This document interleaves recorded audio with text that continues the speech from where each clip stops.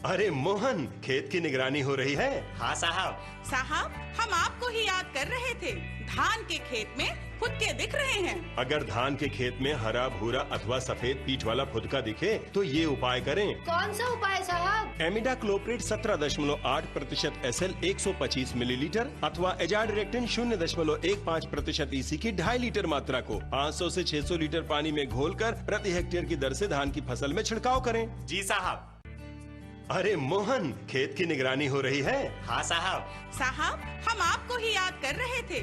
धान के खेत में फुदके दिख रहे हैं। अगर धान के खेत में हरा भूरा अथवा सफेद पीठ वाला फुदका दिखे तो ये उपाय करें। कौन सा उपाय साहब? एमिडाक्लोप्रिड 17.8% SL 125 मिलीलीटर अथवा एजाडिरेक्टिन 0.15% EC की 2.5 लीटर मात्रा को 500 से 600 लीटर पानी में घोलकर प्रति हेक्टेयर की दर से धान की फसल में छिड़काव करें। जी साहब।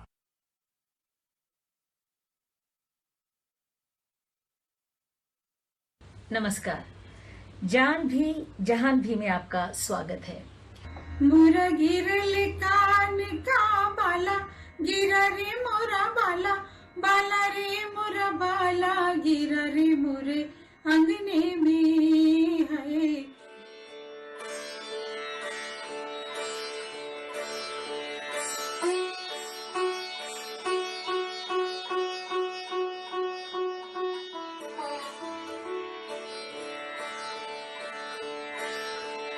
पाँच बरस की मीरा लाडली हो, सखियों में खेलन जायरी सुन राणा बाई, खेले तो पायरी मीरा कांगना हो।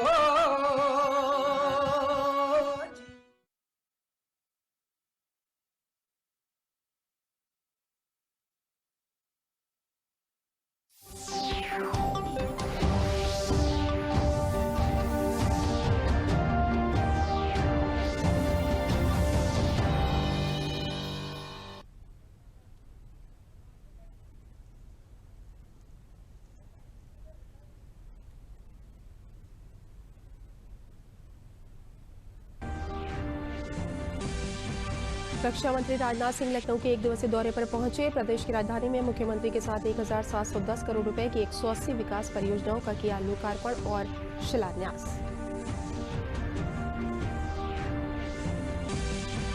मुख्यमंत्री योगी आदित्यनाथ जन्माष्टमी पर मथुरा में जन्मोत्सव कार्यक्रम में हुए शामिल। कहा, ब्रज के 7 स्थलों को घोषित किया गया है तीर्थ। मुख्यमंत्री ने श्री कृष्ण जन्मस्थान में किया दर्शन पूजन।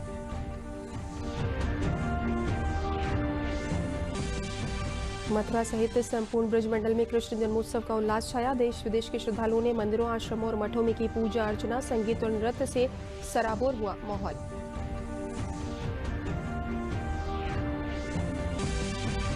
टोक्यो पैरालंपिक में कल का दिन भारत के लिए रहा बेहद शानदार। भारत ने 2 स्वर्ण सहित 5 पदक जीते। पैराशूटर अवनी लेखरा और जेवलिन थ्रोअर सुमित अंतिल ने जीता स्वर्ण।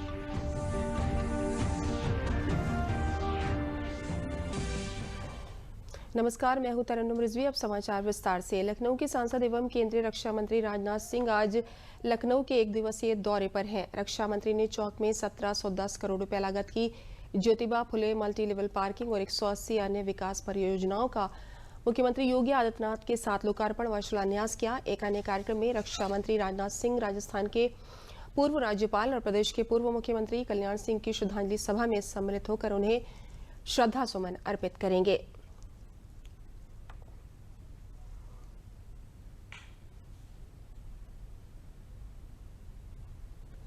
भारत के मुख्य न्यायाधीश NV रमन ने आज 9 नए न्यायाधीशों को सुप्रीम कोर्ट के न्यायाधीश के रूप में पद की शपथ दिलाई। सुप्रीम कोर्ट के इतिहास में ये पहला मौका था जब 9 न्यायाधीशों ने एक साथ पद की शपथ ली। शपथ लेने वाले 9 नए न्यायाधीशों में जस्टिस अभय श्रीनिवास ओका, विक्रमनाथ जितेंद्र कुमार माहेश्वरी, हिमा कोहली और BV नागरत्ना शामिल हैं। इसके अलावा justice CT Ravi Kumar, MM Sundaresh, Bela Madhuriya Trivedi और PS नरसिम्हा को भी पद की शपथ दिलाई गई। प्रदेश के मुख्यमंत्री योगी आदित्यनाथ ने कहा कि राज्य सरकार ब्रज क्षेत्र के विकास के लिए प्रतिबद्ध है। उन्होंने कहा कि मथुरा के भौतिक विकास के साथ आध्यात्मिक और सांस्कृतिक विरासत को अक्षुण्ण बनाए रखा जाएगा। ब्रज क्षेत्र पुरातन परंपरा और काया को बनाए रखते हुए नए कलेवर के साथ विकास की ओर अग्रसर है। ब्रज तीर्थ विकास परिषद ब्रज क्षेत्र को प्रगति और विकास की ओर ले जाने में पूरा योगदान दे रहा है। मुख्यमंत्री सोमवार को जनपद मथुरा में श्री कृष्णोत्सव 2021 कार्यक्रम को संबोधित कर रहे थे। उन्होंने कहा कि आज का दिन हम सभी के लिए बहुत पवित्र है। आज के दिन योगा माया का प्रकटीकरण हुआ था। भगवान श्री कृष्ण ने धराधाम पर धर्म की स्थापना के लिए 5000 वर्ष पूर्व अवतार लेकर हम सभी को कृतार्थ किया था। उन्होंने कहा कि सभी ब्रजवासी धन्य हैं जिन्हें यहाँ पर जन्म लेने और सेवा करने का सौभाग्य प्राप्त हुआ है। 5000 वर्ष पूर्व से ब्रजवासी इस भूमि के कण कण में वृंदावन बिहारी लाल की लीलाओं के साक्षात दर्शन करते हैं। ये सौभाग्य केवल ब्रजवासियों को ही प्राप्त है।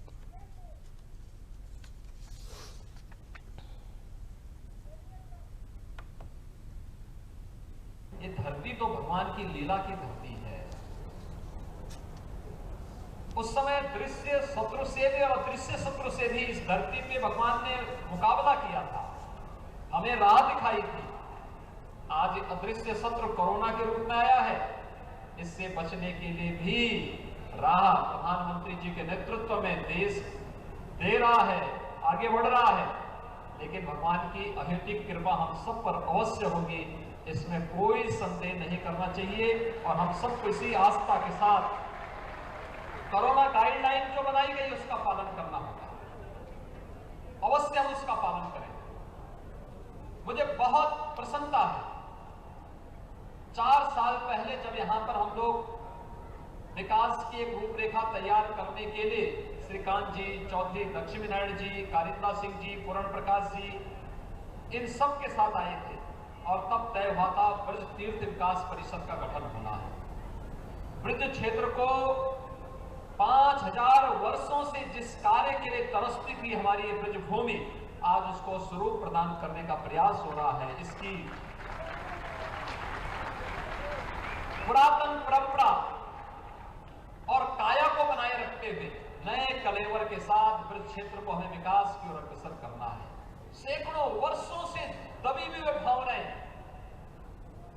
आस्था के वे केंद्र फिर से अपने नए रूप में सामने आ रहे हैं।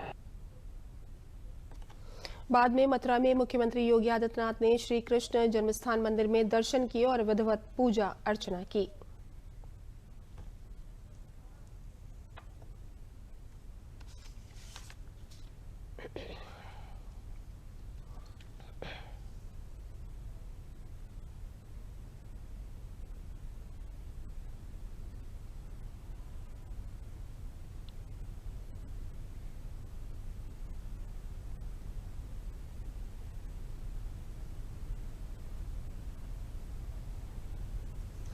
मथुरा सहित संपूर्ण ब्रजमंडल में श्री कृष्ण जन्माष्टमी की धूम मच रही है। मध्य रात में भगवान कृष्ण के जन्म होने के साथ ही मथुरा के श्री कृष्ण जन्मस्थान पर घंटे, घड़ियाल, ढोल, नगाड़े, झांझ, मजीरे और मृदंग बजे थे।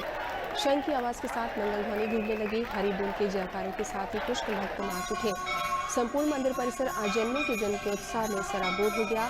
संगीत के साथ में तिथि अष्टमी भाद्रपद जन्मे कृष्ण मुरार प्रगटे आधी रात को सोए पहरेदार के पदों की गूंज सुनाई देने लगी। श्री कृष्ण जन्माष्टमी पर हजारों भक्त ठाकुर जी के दर्शन कर भाव विभोर हो गए। ब्रज मंडल के ठाकुर बाके बिहारी जी मंदिर, ठाकुर प्रियकांत जी मंदिर, अक्षयपात्र के चंद्रोदय मंदिर, राधा वल्लभ मंदिर, मथुरा के द्वारकाधीश मंदिर सहित प्रमुख मंदिरों में भगवान श्री कृष्ण के जन्मोत्सव का उत्सव छाया रहा। विदेशी श्रद्धालुओं ने भी उत्साह पूर्वक श्री कृष्ण जन्माष्टमी का पर्व मनाया। श्री कृष्ण जन्माष्टमी पर मथुरा में लघु भारत की झलक देखने को मिली। हम 10 साल से आ रहे हैं सामाजिक और अभी जगह इस साल बहुत अच्छे से पूरी नगरी को सजाया हुआ है और बहुत अच्छे से लोग दर्शन पा रहे हैं। और आइए अब देश में कोरोना की स्थिति पर नजर डालते हैं। स्वास्थ्य एवं परिवार कल्याण मंत्रालय के मुताबिक देश भर में पिछले 24 घंटों में 30,941 नए मामले दर्ज किए गए। वहीं पिछले 24 घंटों में 36,275 मरीज उपचार करवाकर स्वस्थ हो चुके हैं, जिसके बाद देश में रिकवरी रेट बढ़कर 97.53% हो गई है। सक्रिय मामलों की कुल संख्या 3,70,640 हो गई है। कोरोना के खिलाफ देश में टीकाकरण अभियान तेजी के साथ जारी है। स्वास्थ्य मंत्रालय के अनुसार देश में अब तक टीके की 64 करोड़ 5 लाख से अधिक खुराकें दी जा चुकी हैं। वहीं पिछले 24 घंटों में देश में टीके की 59,62,000 से अधिक खुराकें दी गईं। देश में ऊर्जा की आपूर्ति को सुनिश्चित करने के लिए सरकार ने कोयले की उपलब्धता को लेकर समीक्षा बैठक की। ऊर्जा सचिव आलोक कुमार ने समीक्षा बैठक में सभी ऊर्जा संयंत्रों को निर्देश जारी किए कि पावर डिमांड को पूरा करने के लिए उचित कदम उठाए जाए। एनटीपीसी ने भी इस बारे में अपनी तैयारियां शुरू कर दी हैं। केंद्रीय ऊर्जा सचिव ने देश में सभी थर्मल पावर प्लांट्स की क्षमता और उसके सामने चुनौतियों को लेकर सभी स्टेक होल्डर्स के साथ चर्चा की। देश में ऊर्जा की उपलब्धता सुनिश्चित करने के लिए पावर प्लांट्स को निर्देश जारी किए गए कि कोयले की आपूर्ति में कोई बाधा न आए और बंद पड़े संयंत्रों को फिर से चालू किया जा सके। ऊर्जा मंत्रालय ने एक अहम फैसला लेते हुए 26 ऊर्जा संयंत्रों से लगभग 1.77 लाख टन कोयला मुक्त करने का निर्देश जारी किया है। 15 दिनों से अधिक भंडार वाले संयंत्रों से सुपर क्रिटिकल और क्रिटिकल कोयला भंडार वाले संयंत्रों को उपलब्ध कराया जा रहा है। एनटीपीसी दराली पाली की दूसरी इकाई में 1 सितंबर से वाणिज्यिक संचालन शुरू होगा, जिससे कुल उत्पादन क्षमता में 800 मेगावाट का अतिरिक्त उत्पादन जुड़ जाएगा। दामोदर घाटी निगम एक सप्ताह के भीतर कोल इंडिया को 1200 करोड़ रुपए की बकाया राशि का भुगतान करेगा, जिससे कोयले की आपूर्ति में वृद्धि होगी। इसके चलते डीवीसी संयंत्रों से बिजली उत्पादन में वर्तमान में 61% की स्तर की तुलना में 90% तक की वृद्धि हो जाएगी। 1000 मेगावाट की क्षमता का कुडनकुलम परमाणु ऊर्जा संयंत्र 2 सितंबर 2021 से पहले दोबारा चालू हो जाएगा, जिससे कोयले पर दबाव कम होगा। इसके साथ ही एनएलसी ओडिशा स्थित अपनी तालाबीरा कोयला खानों से कोयले के उत्पादन में वृद्धि करेगा, जिससे इच्छुक जेनकोस को आपूर्ति की जा सके। उधर एनटीपीसी ने भी देश में ऊर्जा की बढ़ती मांग के बीच अपने उत्पादन में 23% की बढ़ोतरी की है। कोयले की सप्लाई सुनिश्चित करने के लिए कोल इंडिया और रेलवे से लगातार संपर्क रखा जा रहा है। साथ ही कंपनी ने 2.7 लाख मीट्रिक टन कोयले के आयात की प्रक्रिया भी तेज शुरू कर दिया है। एनटीपीसी की दरली-पल्ली संयंत्र को 1 सितंबर से चालू कर दिया जाएगा। अच्छी खबर यह भी है कि नवेली की 500 मेगावाट की एक इकाई जो अब तक बंद थी, 1 सितंबर 2021 से वापस सेवा में आ जाएगी। एक दूसरी 250 मेगावाट की इकाई में वार्षिक ओवरहॉलिंग का काम चल रहा है और ये 10 सितंबर 2021 तक उत्पादन करने की स्थिति में आ जाएगी। इसके साथ ही पश्चिमी तट पर स्थित मुंद्रा ऊर्जा संयंत्र की उत्पादन क्षमता लगभग 6000 मेगावाट है। इस थर्मल पावर प्लांट में करीब 30 दिनों का कोयला भंडार है, लेकिन पीपीए से संबंधित मुद्दों की वजह से बिजली की आपूर्ति नहीं हो पा रही। इन मुद्दों को हल करने के लिए बिजली मंत्रालय ने सोमवार को भी कई बैठकें की, जिससे कि इन इकाइयों से बिजली की आपूर्ति शुरू हो सके और कोयले पर घरेलू मांग का दबाव कम किया जा सके। टोक्यो पैरालंपिक खेलों में कल का दिन भारत के लिए यादगार रहा। कल भारत ने कुल 5 पदक जीते और 2 स्वर्ण, 2 रजत और 1 कांस्य पदक अपने नाम किया। कुल मिलाकर अब भारत के खाते में टोक्यो पैरालंपिक में 7 पदक आ गए हैं। ये पैरालंपिक खेलों के इतिहास में सबसे सर्वश्रेष्ठ प्रदर्शन है। भारत ने एक ही दिन में 2 स्वर्ण पदक अपने नाम किए। भारत के सुमित अंतिल ने जैवलिन थ्रो की F64 कैटेगरी में स्वर्ण पदक अपने नाम किया। थ्रो के साथ विश्व रिकॉर्ड बनाते हुए स्वर्ण पदक जीता। इससे पहले भारत के योगेश कथुनिया ने शानदार खेल दिखाते हुए डिस्कस थ्रो की F56 कैटेगरी में इस सीजन का अपना सर्वश्रेष्ठ प्रदर्शन करते हुए रजत पदक हासिल किया। योगेश ने अपने छठे और अंतिम प्रयास में 44.38 मीटर तक डिस्कस फेंककर दूसरा स्थान हासिल किया। योगेश कथुनिया ने जीत के बाद सबसे ज्यादा आभार अपनी मां के लिए प्रकट किया। बहुत अच्छा लग रहा है मुझे कि मैं सिल्वर मेडल जीता हूँ और मेरा पहला डेब्यू था, तो मुझे खुशी हो रही है इस चीज़ की बहुत ज़्यादा। मैं थैंक यू सबसे पहले तो साईं को करना चाहता हूँ, पीसीआई को, और अपनी मम्मी को सबसे ज़्यादा, जिसने मुझे बहुत ज़्यादा सपोर्ट करा था। योगेश कथुनिया के परिजनों ने उनके पदक जीतने पर खुशी जताई। बहुत अच्छा लगा, अपने देश के लिए कुछ तो किया ही है, चाहे सिल्वर आए चाहे गोल्ड आए, मेरे लिए ये गोल्ड ही है। उसने पूरा बोला पापा मैं बेस्ट देख रहा हूँ अपना, और खाली हाथ में बिल्कुल लौटूंगा नहीं, जो भी है मैं चाहे कुछ भी है लेकर पक्का आऊंगा, मेडल ही लेकर आऊंगा। मेरे को पूरा वादा करके गया था। खेल में तो हार जीत तो लगी रहती है, और ये मेडल लेकर आया, अपने देश के लिए मेडल लेकर आया और अपने परिवार का नाम ऊंचा करा। अनुभवी भाला फेंक खिलाड़ी देवेंद्र झाझरिया और सुंदर सिंह गुर्जर ने शानदार प्रदर्शन करते हुए जैवलिन थ्रो के F46 इवेंट में देश के खाते में 2 पदक डाले। देवेंद्र झाझरिया ने इस इवेंट में रजत पदक हासिल किया, वहीं सुंदर सिंह गुर्जर ने कांस्य पदक अपने नाम किया। देवेंद्र ने 64.35 के थ्रो के साथ रजत पदक पर कब्जा जमाया। देवेंद्र इससे पहले साल 2004 के एथेंस पैरालंपिक और साल 2016 के रियो पैरालंपिक में स्वर्ण पदक हासिल कर चुके हैं। देवेंद्र झाझरिया के परिवार ने उनकी इस उपलब्धि पर बेहद खुशी जताई। बहुत बड़ा अचीवमेंट सर, और बहुत ज़्यादा खुशी है। वो खासकर इसलिए कि इस एज में और इतना कुछ करना बहुत बड़ी मायने की बात है। लगातार 20-22 साल से इंटरनेशनल खेल रहे हैं, 2002 से, और तब से लगातार मेडल में रहे हैं। अब इस मुकाम पे आके और इतना लंबा अंतर्राष्ट्रीय लेवल पे खेलने के बाद अगर आप इतना हासिल करते हो तो उसे बहुत ज्यादा खुशी होती है। खुशी इतनी है कि बयां ही नहीं कर सकते। एक तो ओलंपिक में हैट्रिक बनाना बहुत बड़ा काम है। मेडल तो इंटरनेशनल लेवल पे उन्होंने शायद 18 साल से लगातार लेते आ रहे हैं, लेकिन ओलंपिक में 3 बार मेडल लेना बहुत बड़ी बात है। बहुत बढ़िया लग रहा है। अच्छा, हाँ, खुश है? खुश खूब है।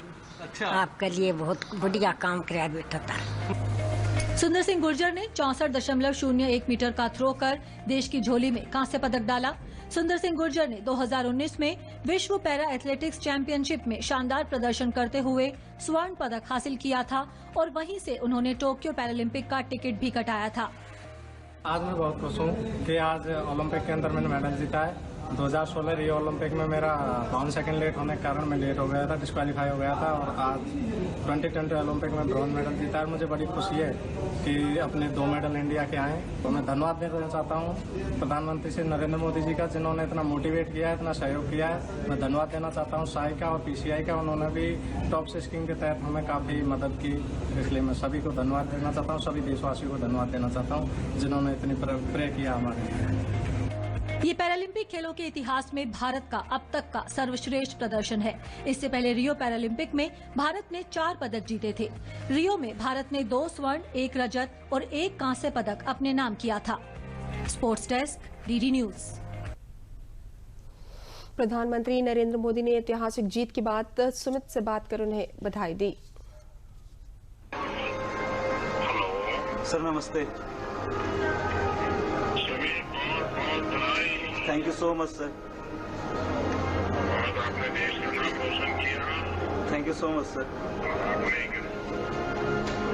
जीवन में इतनी कठिनाइयों के बाद भी आपने इस प्रकार से जीवन को टाला है। जी सर। देश के नौजवानों को बहुत बड़ी प्रेरणा मिलेगी। जी सर। मेरी तरफ से बहुत बधाई आपको। Thank you so much sir. आपको तो परिवार में भी संकट है, तो भी आप सपने पूरे कर रहे हैं, वो बहुत बड़ी बात है।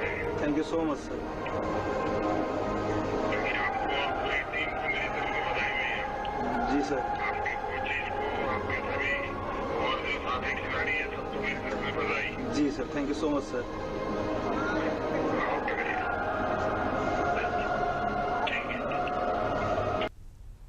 पैराशूटर अवनी लेखरा ने इतिहास रचते हुए टोक्यो पैरालंपिक खेलों की निशानेबाजी में कल भारत को पहला स्वर्ण दिलाया। अवनी लेखरा ने 10 मीटर राइफल स्टैंडिंग इवेंट में 249.6 के शॉट के साथ स्वर्ण पदक अपने नाम किया। अवनी का ये पैरालंपिक रिकॉर्ड भी रहा।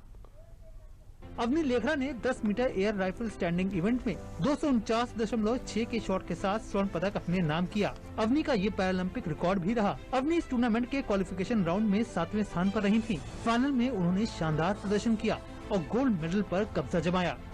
उनकी इस उपलब्धि पर राष्ट्रपति रामनाथ कोविंद ने उन्हें बधाई दी। राष्ट्रपति ने ट्वीट संदेश में कहा, भारत की एक और बेटी ने भारत को गौरवान्वित किया। अवनी लेखरा को इतिहास रचने और पैरालंपिक खेलों में स्वर्ण पदक जीतने वाली पहली भारतीय महिला बनने पर बधाई। आपके प्रदर्शन से देश उत्साहित है। आपके अभूतपूर्व प्रदर्शन के कारण ही आज भारत का तिरंगा पोडियम पर सबसे ऊपर जा सका। वहीं प्रधानमंत्री ने भी ट्वीट संदेश के माध्यम से अवनी को बधाई दी। असाधारण प्रदर्शन अवनी लेखरा, कड़ी मेहनत और अच्छी लगन से स्वर्ण जीतने के लिए बधाई।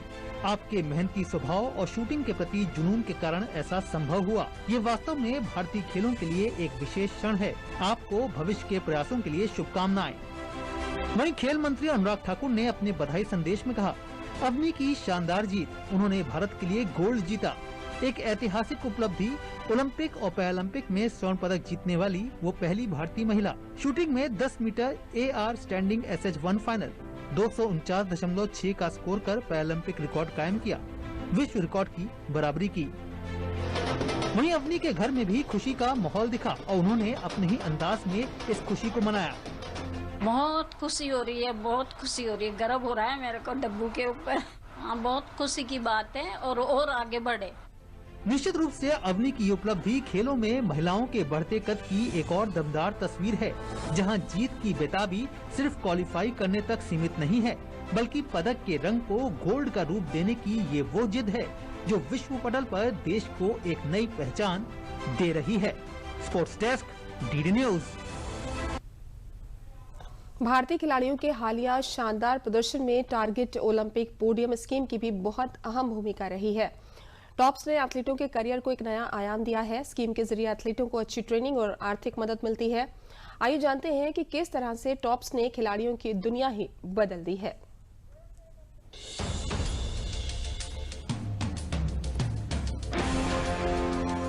टोक्यो ओलंपिक में अब तक के सबसे बेहतरीन प्रदर्शन के बाद अब टोक्यो पैरा ओलंपिक में भी हमारे खिलाड़ियों ने पदकों के मामले में अब तक के सारे रिकॉर्ड तोड़ दिए हैं। ओलंपिक में आए इस बेहतरीन प्रदर्शन में एक पहल जिसने सबसे ज्यादा अहम भूमिका अदा की वो रही टारगेट ओलंपिक पोडियम स्कीम यानी टॉप्स।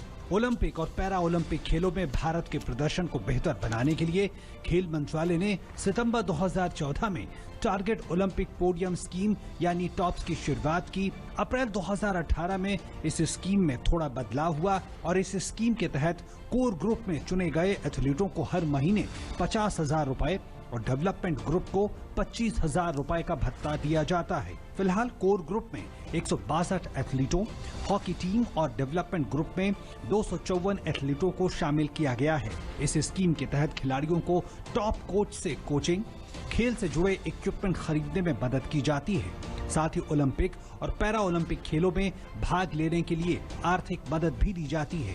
इसके अलावा खिलाड़ियों को सपोर्ट स्टाफ जैसे फिजियोथेरेपिस्ट और फिजिकल ट्रेनर्स भी दिए जाते हैं। इस स्कीम के तहत सरकार ने 2018-19 में 14 करोड़ से ज्यादा खर्च किए।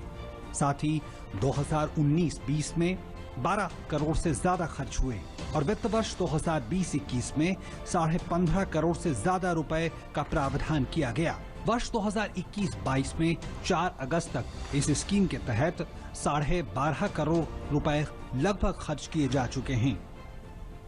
हमने 5-6 वर्षों में कुछ करने का प्रयास किया है। टॉप जैसी स्कीम को चलाया है। एलीट एथलीट को देश विदेश में ट्रेनिंग दी है। बहुत सारे एथलीट्स को तो 300, 400 दिन विदेशों में ट्रेनिंग मिली। 1,000 दिन देश के अंदर ट्रेनिंग मिली। सरकार ने मिशन ओलंपिक सेल का भी गठन किया है जो स्पोर्ट्स अथॉरिटी ऑफ इंडिया के अंतर्गत काम करती है। इस सेल का नाम टॉप्स के तहत चुने गए एथलीटों की पहचान करना और उन्हें सपोर्ट करना है। अब ये बात स्पष्ट है कि इस दूरदर्शी कोशिशों का नतीजा अब खेल के मैदानों पर और ओलंपिक के पोडियम पर हमारी धमक के रूप में सबके सामने है। Bureau report, DD news. Mission शक्ति के तहत बरेली में महिलाओं को रोजगार से जोड़ने के लिए मनरेगा में 80% महिलाओं को काम दिया जा रहा है। जिले में 78,000 मनरेगा जॉब कार्ड धारक हैं जिन्हें इस अभियान से जोड़ा जा रहा है। जिले की नवदिया हरकिशनपुर ग्राम पंचायत की ग्राम राशीपुर में महिलाएं मनरेगा के तहत इन दिनों चक रोड बनाने का काम कर रही हैं। अकेले इस ग्राम पंचायत में 100 से अधिक महिलाओं को काम दिया जा रहा है। गांव में ही काम मिलने से महिलाएं काफी खुश हैं क्योंकि वो अपना खर्च खुद उठा रही हैं। काम और समय से पैसा मिलने से महिलाओं में काम के लिए काफी उत्साह बना हुआ है। उनका कहना है कि सरकार का ये काफी अच्छा कदम है। पहले उन्हें काम के लिए इधर उधर जाना पड़ता था पर अब ऐसा नहीं है। मिशन शक्ति 3.0 के अंतर्गत ग्रामीण क्षेत्र में मनरेगा योजना के अंतर्गत महिलाओं को रोजगार से जोड़ने का प्रयास किया जा रहा है। इसके अंतर्गत जो स्वयं सहायता समूह की एक्टिव सक्रिय महिलाएं हमारी हैं उनको रोजगार दिया जा रहा है मेड के रूप में प्रशिक्षित करके। साथ ही मनरेगा योजना के अंतर्गत अक्टूबर तक 100 दिन का रोजगार इन महिलाओं को लगभग 10,000 महिलाओं को देने का प्रयास यहाँ पर चल रहा है। और परिवार में जो व्यक्तिगत लाभ योजना है उसमें प्रमुखता से लाभार्थी महिलाओं को बनाया जा रहा है जिससे कि रोजगार से जुड़ करके महिलाएं आर्थिक रूप से सशक्त होकर के इस मिशन शक्ति अभियान में अपनी पहचान बना सकें। मेरे गांव में ये नरेगा का काम चल रहा है। ये नरेगा मिशन शक्ति इसका काम चल रहा है, उसमें मैं काम करती हूँ और गांव में ही काम मिल जाता है, उससे मैं अपना गुजारा करती हूँ।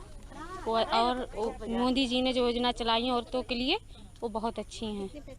मेरा नाम सोनी है, बैसपुर में रहने वाली हूँ। नरेगा काम चल रहा है बैसपुर में, काम भी अच्छी तरह से चल रहा है और समय से पैसा भी मिल जाता है। सरकार बहुत सुविधा दे रही है, बाली बच्चे का खर्चा भी चल जाता है। मेरा नाम सरला पटेल है, मैं मनरेगा में काम करती हूँ। मेरे गांव का नाम बैसपुर है।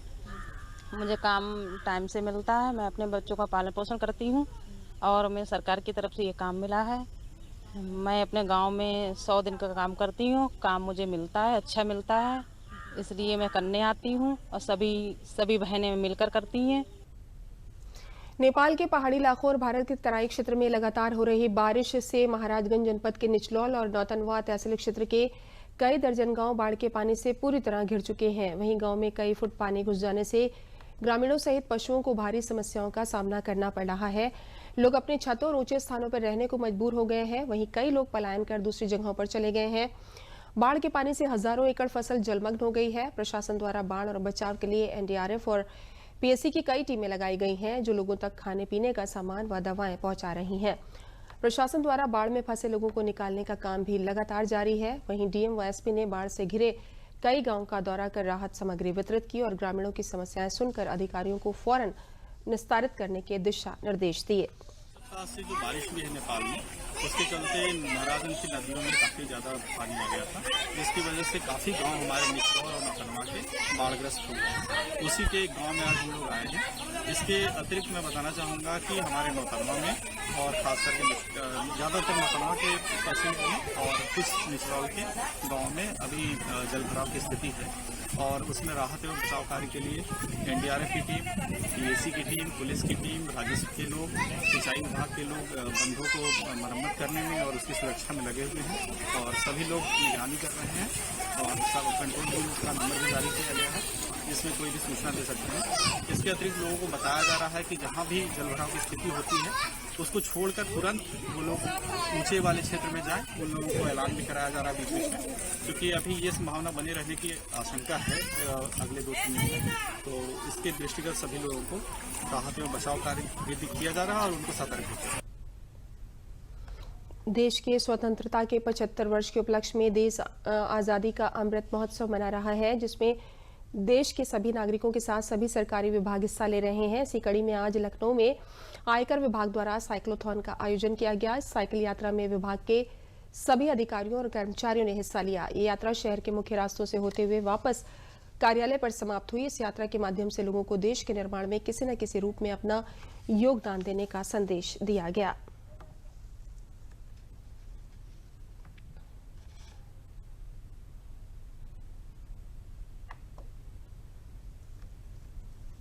आज जो कार्यक्रम हो रहा है ये डिपार्टमेंट की तरफ से ऑर्गेनाइज किया गया होस्ट है और जिसमें बहुत अधिक संख्या में चार्टर्ड अकाउंटेंट्स और एडवोकेट्स ने पार्टिसिपेट किया है।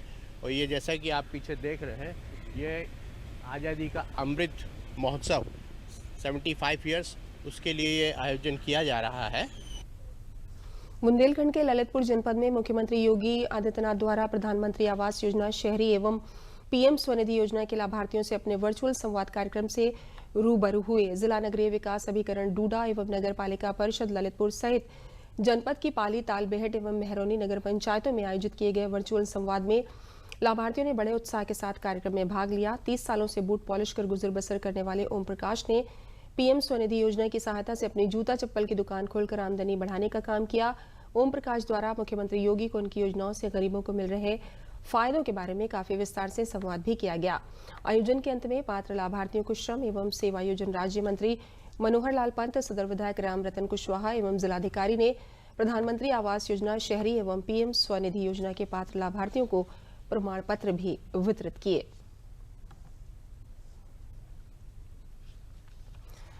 अब आप दूरदर्शन न्यूज उत्तर प्रदेश के समाचार बुलेटिन और समसामयिक विषयों के कार्यक्रमों को हमारे YouTube channel DD news UP पर देख सकते हैं। इसके लिए आपको लॉगिन करना होगा www.youtube.com/ddnewsup।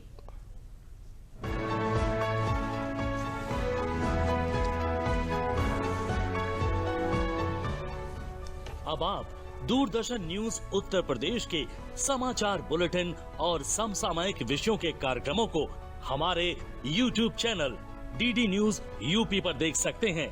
इसके लिए आपको लॉगिन करना होगा www.youtube.com/ddnewsup।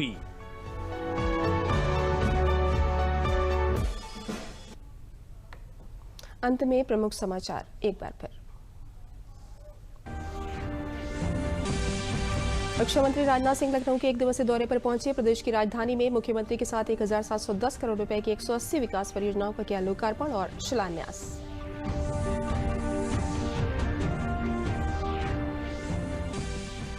मुख्यमंत्री योगी आदित्यनाथ जन्माष्टमी पर मथुरा में जन्मोत्सव कार्यक्रम में हुए शामिल। कहा, ब्रज के 7 स्थलों को घोषित किया गया है तीर्थ। मुख्यमंत्री ने श्री कृष्ण जन्मस्थान में किया दर्शन पूजन। मथुरा सहित संपूर्ण ब्रजमंडल में कृष्ण जन्मोत्सव का उल्लास छाया। देश विदेश के श्रद्धालुओं ने मंदिरों, आश्रमों और मठों में की पूजा अर्चना। संगीत और नृत्य से सराबोर हुआ माहौल।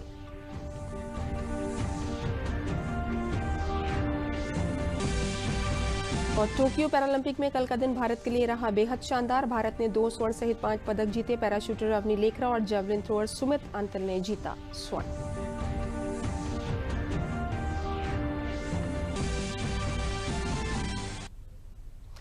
समाचारों में बस इतना ही, लेकिन चलने से पहले एक जरूरी बात। कोरोना का खतरा अभी भी है, इसलिए उचित दूरी बनाकर रखें, समय समय पर हाथ धोते रहें और मास्क लगाएं कुछ इस तरह।